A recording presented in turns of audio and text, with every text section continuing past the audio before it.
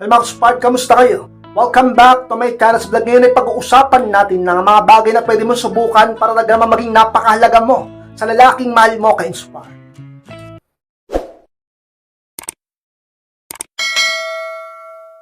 At kung handa na kayo lahat, magsimula na po tayo. At muli, be Spark!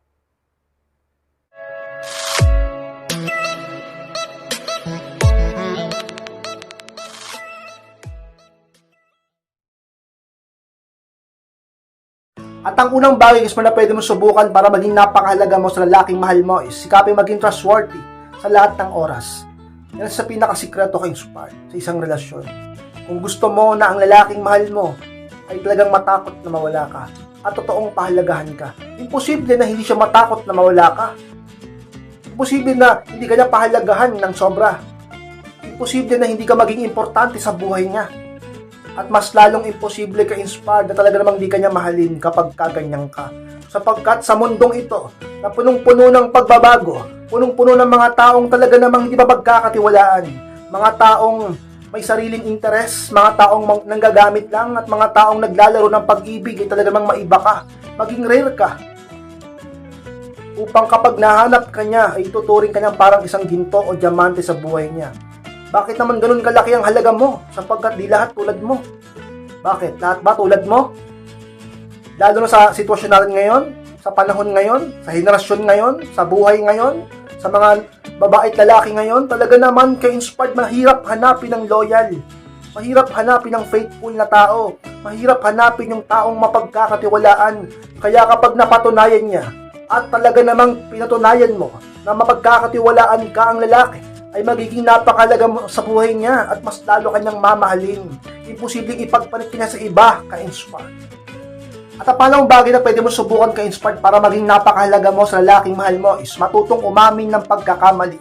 Yung pangalawa ka-inspired. At kung magiging ganyan ka, ay sigurado ka-inspired. Unang-una sa lahat, magkakaayos kayo, magiging magaan ang sitwasyon at ang lalaki mas lalo kang mamahalin. At dahil doon, syempre mas lalo kang magiging mahalaga sa buhay niya. Gusto mo ba yun?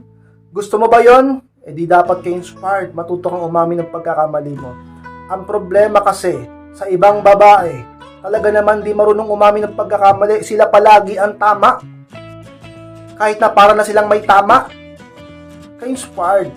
Diba? Tanggalin nyo na yung diba, sinasabi ng iba, ang babae laging tama. Ang babae dapat siya laging tama. Huwag ganon. Talaga naman umamin ka ng pagkakamali mo. Alam nyo bakit ganyan kayo? Sapagkat kayo ay napaka-emosyonal. Ang babae ay emotional. Kaya kapag ang babae ay talaga namang mataas ang level of emotion, nawawala yung logic. Feeling mo, ikaw ang tama. Sapagkat ang sinusunod mo, yung nararamdaman mo na lang. Hindi ka nakakapag-isip ng maayos.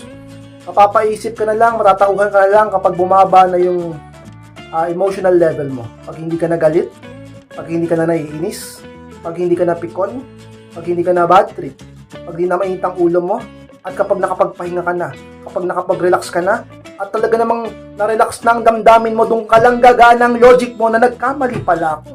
Mali pala ang ginawa ko sa boyfriend ko. Hindi ko pala dapat sinabi yun sa partner ko. Kaya huwag masyadong emosyonal. Kaya minsan kung ano nasabi nyo Tapos pagka iniwan ka ng lalaki, habol-habol ka, yung iba sa inyo, yung iba lang. Pag iniwan ng lalaki, pinagpalit sa iba, pinagsawaan, nagalit, talaga namang hiniwalayan, sasaktan. Kaya kayo Spark, matutong umamin ng pagkakamali sapagkat sa mga talaga namang magiging susi upang maging matagumpay ang inyong relasyon. Dahil kung hindi ka magiging ganyan kayo Spark, tinitiyak ko sa'yo, hindi kayo hanggang dulo. Maaari talaga kayo Spark na hindi kayo hanggang dulo. Sapagkat ano bang dulot ng isang taong hindi marunong umamin ng pagkakamali? Hindi ba't palaging away? Palaging pagtatalo? Paano pag napuno na siya sa'yo? Paano pag malaking kasalanan ang ginawa mo, hindi ka marunong humingi ng tawad? Magpakumbaba o umamin ng pagkakamali, sigurado ako katapusan na ng relasyon nyo. Kaya ka-inspired. Matuto ka magpakumbaba kapag ikaw ang pagkakamali. Sa mga sikreto upang maging napakahalaga mo sa partner mo, maniwala ka sapagkat yan ay totoo. Ka-inspired. Pangatlong pwede mo subukan ka-inspired para maging napakahalaga mo sa lalaking mahal mo is maniwala ka sa kakayahan ng partner mo. Pangatlo ka-inspired. Totoo yan. Kapag nangyari yan ka-inspired, nakikita ng lalaking mahal mo yun sa'yo, sigurado ka-inspired magiging napakahalaga mo sa Sapagkat hindi lahat ng tao ay sinusuportahan siya. Hindi lahat ng tao ay naniniwala sa kanya. At alam mo ba, ang totoo, isa ka o ikaw ang pinaka. Talaga namang inaasahan niya na maniniwala sa kakayahan niya at sa magagawa niya. Ang problema, kaya nakaka-turn off minsan eh. Nagagalit yung ibang partner, yung ibang boyfriend, ibang asawa. Minsan, hinahanap sa iba eh. Kasi yung misis o yung girlfriend, imbis na maniwala sa kakayahan niya, yun pa yung parang nagda-down sa kanya. Sa paanong paraan, yan, nandyan yung mga negative na sinasabi, negative na salita. Kung ano-anong iniisip, kung ano-anong sinasabi, pinuputak. Hindi na lang suportahan. Pag wala namang ginagawang mali, pag wala namang mali o masama sa ginagawa ng partner mo, suportahan mo. At sa kung anong gusto niya, kung anong gusto niyang pangarap o goal sa buhay, suportahan mo, maniwala ka sa kakayahan niya. Ikaw ang magpo-push sa kanya upang makamit niya ang kanyang potensyal. Maabot niya ang kanyang purpose o pangarap, ang kanyang mga vision o goals. At ikaw rin naman ang makikinabang nun sapagkat ka-inspired partner ka niya. Pag yumaman yan, di ba't damay ka din naman? Ka-inspired sa mga sikreto. Maging ganyan ka upang maging napakahalaga mo sa partner mo. Huwag kang pamulat sa iba. Talaga namang agaw eksena. Talaga namang napaka-negatibo. At kung ano-ano pang sinasabi sa partner, maniwala ka sa kakayahan ng boyfriend mo. Maniwala ka sa kakayahan ng asawa mo upang kayo ay magtagumpay at maging napakahalaga mo sa buhay niya, ka-inspired. Ang apat na pwede mo subukan ka-inspired para maging napakahalaga mo sa lalaking mahal mo is palagi mong banggitin o tawagin ang pangalan niya. Pang-apat ka-inspired. Ano yung ka-inspired? Palagi mong banggitin o tawagin ang pangalan ng lalaking mahal ko, ng partner ko. Oo. Alam niyo mga ka-inspired, base sa psychology o sa pag-aaral. Kapag palagi mong naririnig ang pangalan mo, dun sa tao na yun, gumagana ang loob mo. Kaya naman subukan mo yan. Diba kahit kayo naman, kapag merong isang tao, or kahit naririnig nyo yung pangalan nyo na tinatawag o binabanggit, diba parang asap sa pakiramdam, parang napaka-espesyal mo. Parang mas masarap sa pandinig. Ganyan yan. Eh paano pag palagi yung tao na yan laging ginagawa yan? Kaya ikaw maging ganun ka sa partner mo. Sa boyfriend mo, sa asawa mo, palagi mong tawagin ang pangalan niya. Banggitin mo ang pangalan niya upang talaga namang palagi niya itong maalala at palagi siyang masarapan sa kanyang tainga. Na babaeng mahal niya ay ginaganyan siya. Sa isang mga sikreto. Talaga namang titirahin mo niya na psychology. Papunta sa damdamin niya. Talagang makakasanayan niya. At hahanap-hanapin niya sa'yo. Isa yun sa mga bagay na magiging napakahalaga mo sa buhay niya. Ka-inspire. Alam mo, pwede mo subukan ka-inspired para maging napakahalaga mo sa lalaking mahal mo is patunayan na hindi ka takot na mag-isa sa buhay. Palima ka-inspired. Alam nyo kasi sa mga kakayahan ng mga babaeng high value, mga babaeng independent, mga babaeng talaga namang hinahabol-habol at talaga namang kinainlaban ng maraming kalalakihan at talaga namang maraming manliligaw. Sapagkat yung babae na yun, pinapatunayan sa kanyang sarili, siya ay high value. Paano papatunayan sa sarili mo na high value ka kung di mo kaya mabuhay mag-isa? Kung kailangan mo pa ng ibang tao, kailangan mo pa ng lalaki. Na talaga namang siya ang magbibigay o magpo-provide na mapangangailangan mo. Talaga naman siya inspired. Patunayan mo sa lahat sa buong mundo na kaya mong dumiskarte, magtrabaho, magsikap at magtagumpay at abutin ang mga pangarap mo, makuha mga bagay na gusto mo, sarili mong pagod at sarili mong pagsumikap. Na walang inaasahang ibang tao, na hindi dumedepende sa kung sino mang lalaki. At dahil dyan ka-inspired, mas lalong tataas ang tingin sa'yo ng mga lalaki sa paligid mo. At kung may partner ka na, ay sigurado magiging high value ang tingin niya sa'yo. At mas lalo ka magiging napakahalaga sa buhay niya. Hindi ba ka-inspired? Kaya nga ayoko nga maging palaasa kayo eh. Ayokong masyado kayong mag-depend lang sa partner nyo. Dapat may sarili kang diskarte sa buhay. Magkaroon ka ng pangarap at goal at plano sa buhay mo. Siyempre dapat kasama siya.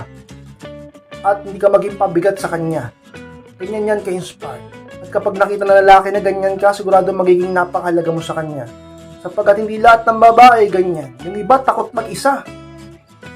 Gusto ka lagi nakadikit sa lalaki. Hindi mo buhay pag wala yung partner niya. Hindi kayang gawin to, hindi kayang gawin yan, hindi kayang pumunta doon, hindi kayang pumunta dyan. Nang wala yung lalaki sa tabi niya. Ganyan ka ba kahina? Bata ka pa ba? Kaya inspired, ganito, ganyan, kahit ano pang dahilan mo. Lahat ng bagay sa mundo ay napag-aaralan. Magtiyaga ka lang.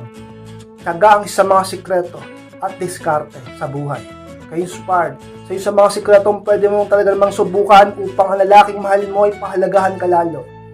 Dahil ang ganyang abilidad, ang ganyang katangian at kapasidad ay talaga namang isa sa mga pinaka hinahangaan naming mga kalalakihan sa inyong mga kababaihan, ang inyong pagiging independent at kayang mabuhay mag-isa at di takot mawalan ng lalaki sa buhay niya, ka-inspire.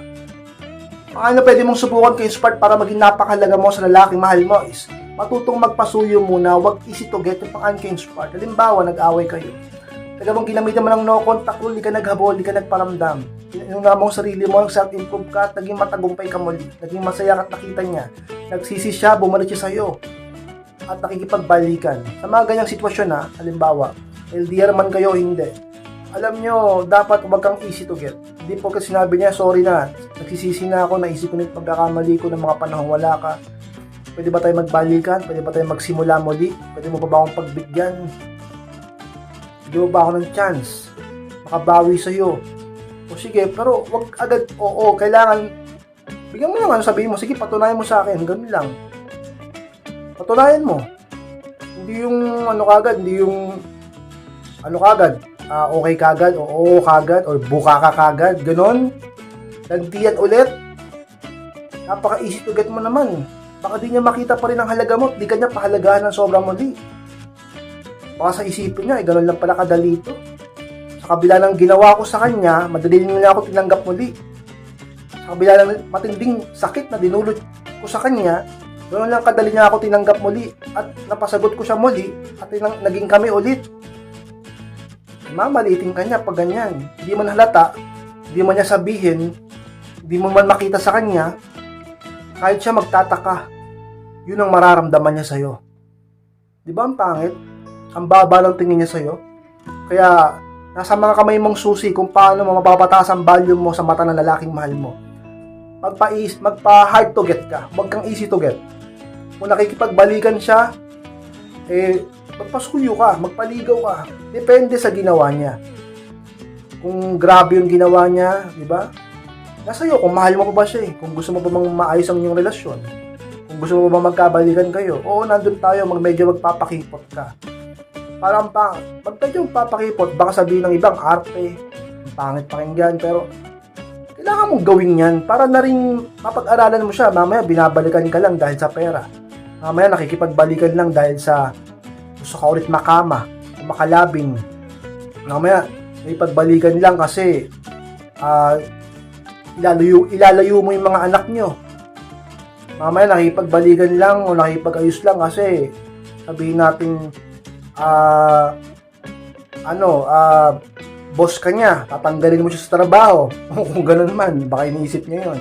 O kaya naman, kasosyo mo siya sa negosyo. O kaya naman, ayaw niya ng kagalit. O kung naman dahilan niya. Pero dapat alamin mo, obserbahan mo, pag-aralan mo. Dapat niyang patunayan sa sarili niya. Sabagat hindi naman ganun kadali ang ginawa niya sa'yo. At hindi ganun kadali ang pinagdaanan mo. Isipin mo ang sarili mo, pahalagaan mo ang sarili mo. Bagay na totoo upang ang lalaki unti-unting mag-invest sa'yo at maging tunay. Oo, maging tunay kang maging napakahalaga sa buhay niya. Makita niyang tunay ang halaga mo sapagkat hindi ka niya makukuha agad-agad. Magpa-hard to get ka. Huwag kang easy to get ka-inspire. Ka-inspired, maraming salamat po sa pagtapos ng vlog nito. Please pong kalimutan na mag-like and comment. Share na rin po upang makatulong din po tayo sa ibang tao. Sa mga di pa po nakasubscribe, ay Max-Part, click nyo po yung subscribe and click nyo rin po notification bell upang maging updated kayo, ma-notify kayo pag may bagong upload. Sa mga gusto magpa-coaching or magpa-advice, pakimessage lang po sa aking Facebook, ay may profile picture ko at pakichat ako. Ako po mismo magre-reply sa message nyo. Pag-usapin ninyo yung problema sa pag-ibig in a relationship. Maraming salamat, Max-Part. Mag-ingat kayong lahat. Mahal ko po kayo. At muli, be inspired!